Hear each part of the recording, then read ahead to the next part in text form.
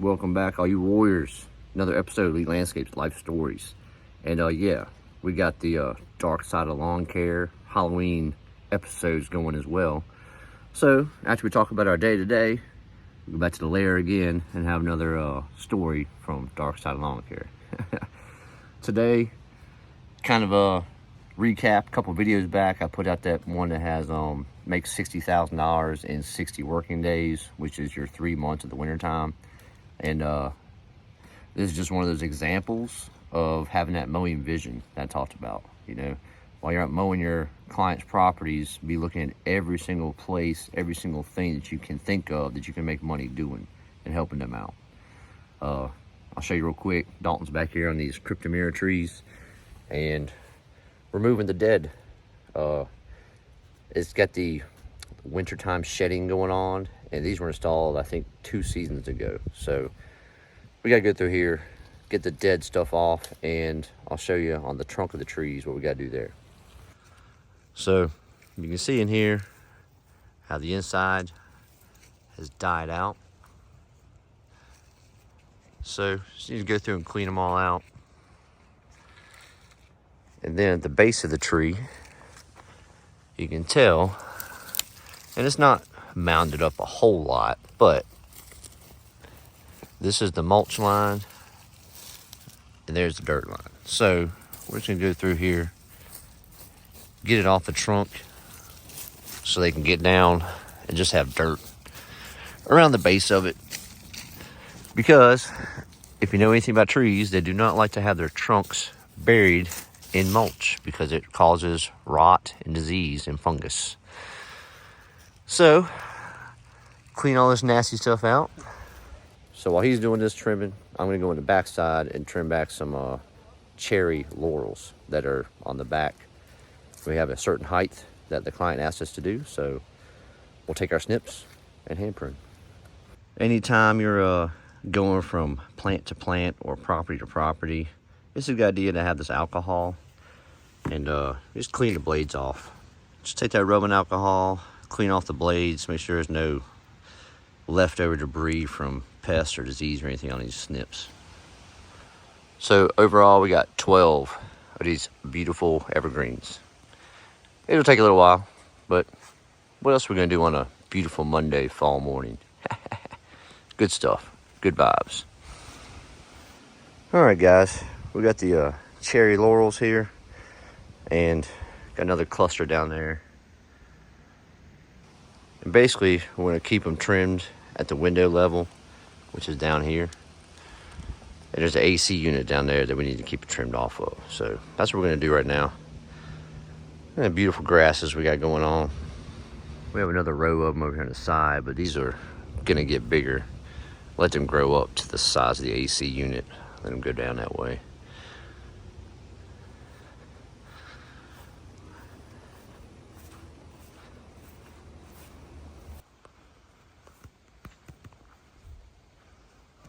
All right, so those easily trimmed out. Head down in.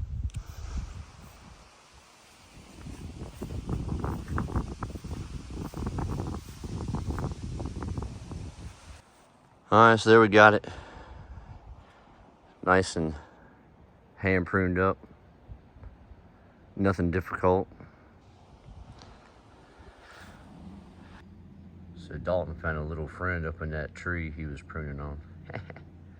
He's pretty awesome, isn't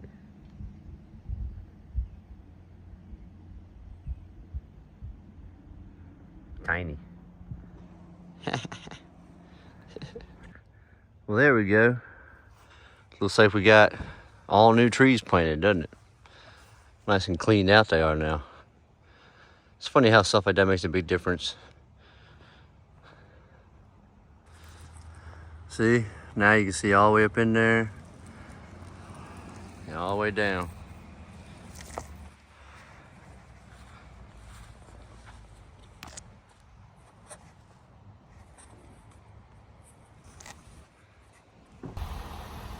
So there you have it. 4 hours later, all 12 trees are cleaned out, nice and new looking. And they do look beautiful. They turned out nice. So I think my thoughts are that it was not the mulch buildup on the bottom, because they weren't really built up on the bottom, honestly. I think that they just needed some help shedding the last 2 years of their growth. And yeah, you can see behind me, they look really good now. Like brand new trees. So we're gonna roll on out, and just another way that you can make some money when you're not mowing grass, okay? Pay attention to your properties and upsell as best as you can. Let's roll the house. Welcome back, Warriors. The Dark Side of Lawn Care segment, back in the lair for some story time. Kicking it back to 1999 November, all right? I had just quit that job, went home, told Soulmate, hey, I quit today, couldn't take it, and we're moving 3 hours away to the big city to live with my parents and start life up there. My girl's so good. I wish everyone on the planet could find their soulmate and be blessed like I have and like we have in our relationship. That being said, she's like, yeah, let's go. So me, my brand new baby, which was about 1.5 at that time, and Soulmate take off to the big city, 3 hours away, moving the parents. I land an amazing landscaping job, okay? Just amazing opportunity. Changed my life in the long run. Now remember, I have years of experience now on different equipment and driving trucks and trailers and running, on my own as a crew supervisor, just in a truck, maybe one helper with me. So I've got some good experience going on, and let's go on a resume. So a well-known company up in a well-established area up in this city hired me on, and I walk in the door. There was no door. Nah. This place, I pulled up, there's a swamp way out here with nothing. There's like an open building here and like a shed kind of garage, decapitating establishment sitting there with some work trucks and some trailers sitting around. So I pull into this place, and when I pull in the first day, I got there early, of course. I'm excited. I'm hyped, dude. I'm like, yes, this is my opportunity.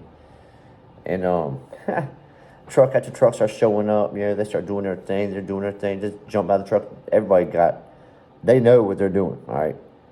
In all, this company had 4 residential crews that had about 80 accounts each, and they had this one commercial crew that had been going for 1 season, and it was a 6-man crew with a foreman, amazing. All right, I learned so much from this dude. All right, we'll talk about him later. But bottom line is, I show up, and my crew, the commercial crew that I got hired for, because I had that experience, was 6 gentlemen south of the border that didn't speak English. At least they weren't telling me they spoke English. We all know how that goes, right? So I show up, and I'm supposed to be their boss because I got hired as the assistant foreman of that crew. Well, that didn't go down very well. All right, guys? That didn't go well at all. We didn't argue or nothing. We didn't not get along. They didn't include me in anything. And, when someone speaks a different language than you, you're kind of not knowing what's going on. I knew Sesame Street Spanish. I knew agua, caliente, sí, and no. That's about the extent of my Spanish going into this experience. And I'm young.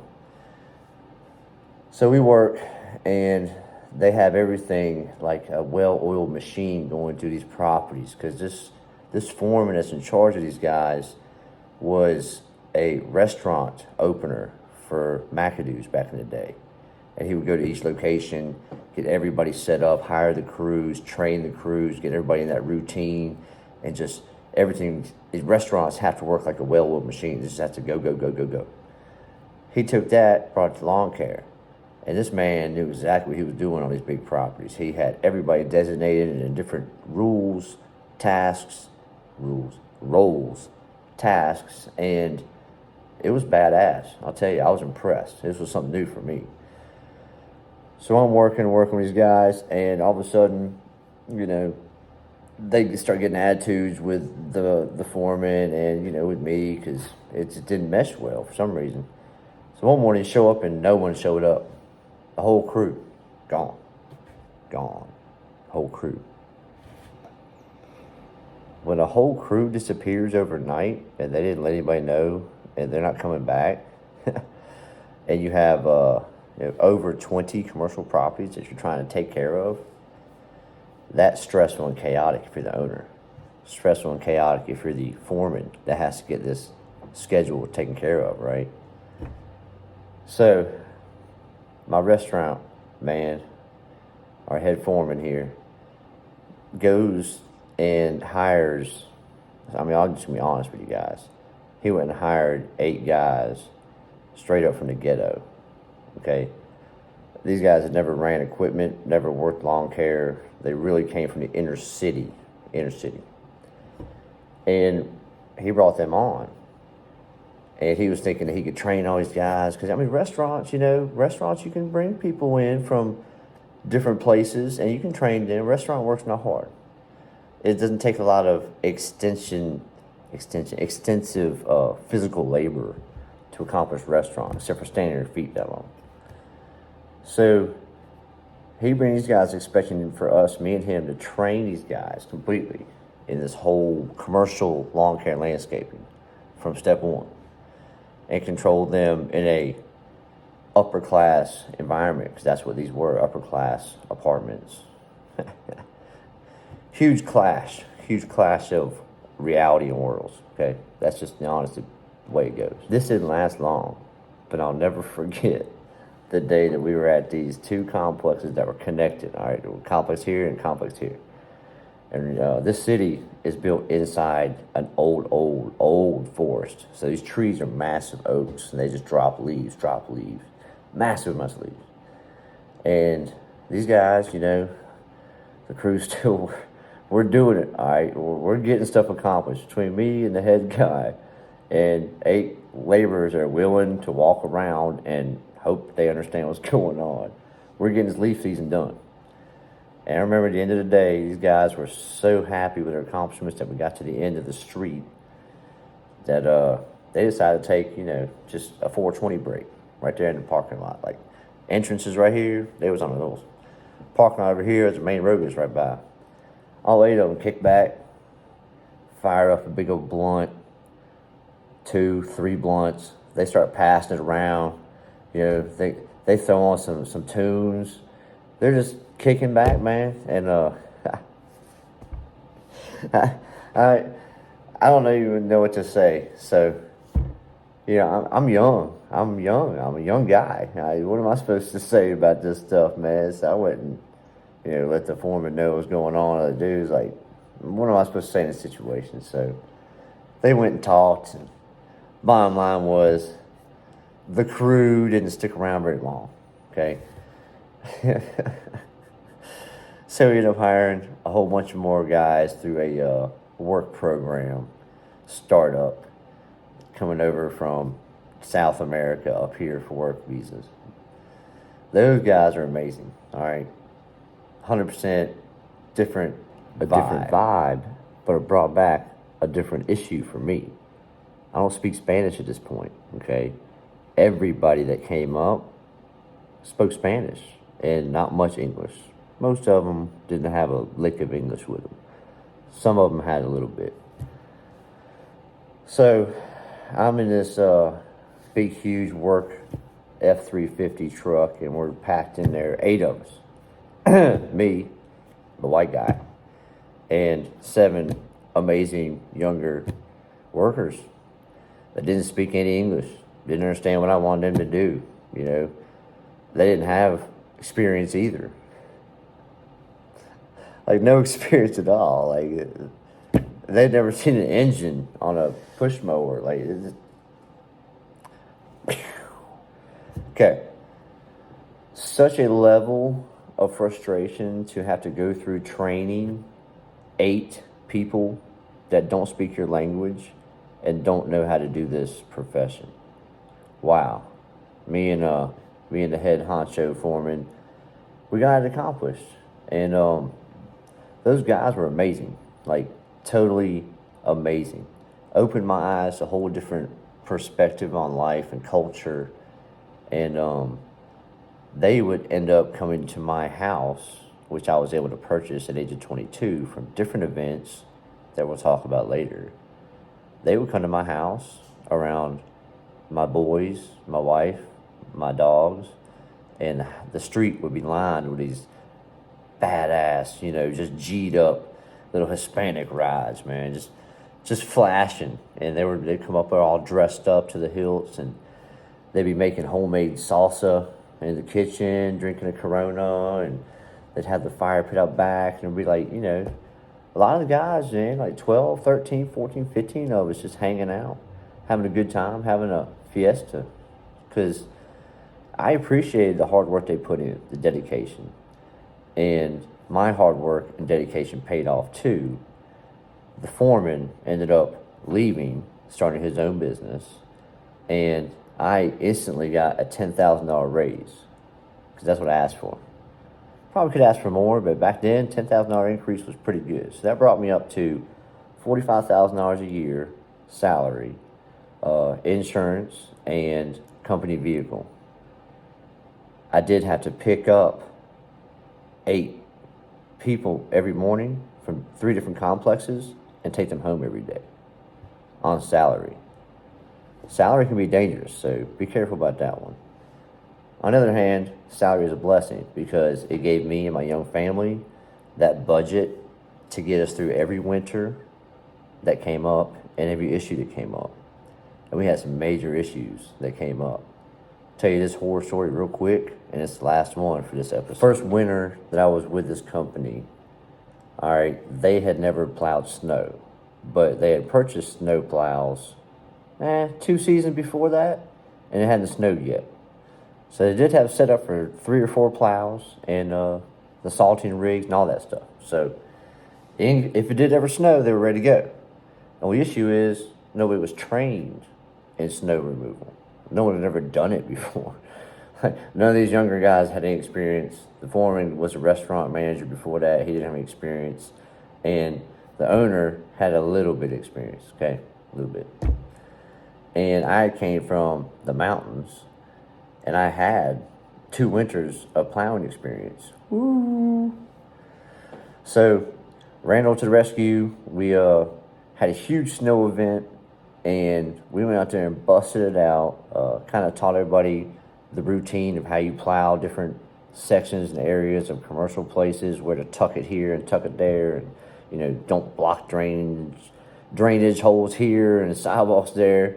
There's a lot of stuff to know when you do commercial snow removal and not get complaints that take you 3 days to go back and fix. A lot of you have been in that situation. So we're out there, we get this job done. Took 3 days straight of plowing for me and teaching. And we had shovel crews doing all the hard sidewalks and all that BS. Anyways, I get home, I'm exhausted, just dog tired. And this was like I said, like maybe my 5th snow event ever. And this was my longest one. So my body was like, snow removal sucks the soul right out of you. It does. Try it, man. 36 hours, 48 hours, snow removal sucks the soul out of you. So I get home, and I immediately feel ill. I'm just like, I ain't feeling good, So I puke, and I get the flu. Just get the flu. I don't know. Whatever, man. Stomach flu. I was on the toilet, holding the bucket over here at the same time. That kind of flu. And my poor pregnant wife ended up getting it also. Bad, man. It was bad vibes. She had a hard time. She was like ready to bust pregnant, and just got that bug. I felt so bad for her. And I was stuck taking care of little man, Junior, while she was down out of the count. And next episode, I go down for the count and almost die. Ended up having surgery. So definitely stick around for the next episode of The Dark Side of Lawncare. Stories don't ever end. it's just my file cabinet is so slam full, and like my world, it's not the best organized. Hey, you guys are amazing, and thank you so much for hanging out with me and giving me the motivation to do this YouTube venture and share my life with you guys and teach you guys the different lawn care, landscaping, life stories that I go through. All right, I'm just sharing my life with y'all so we can all learn from each other. And that being said, be good if you can, always be kind, and above all, love each other. Peace. Elite Landscape style.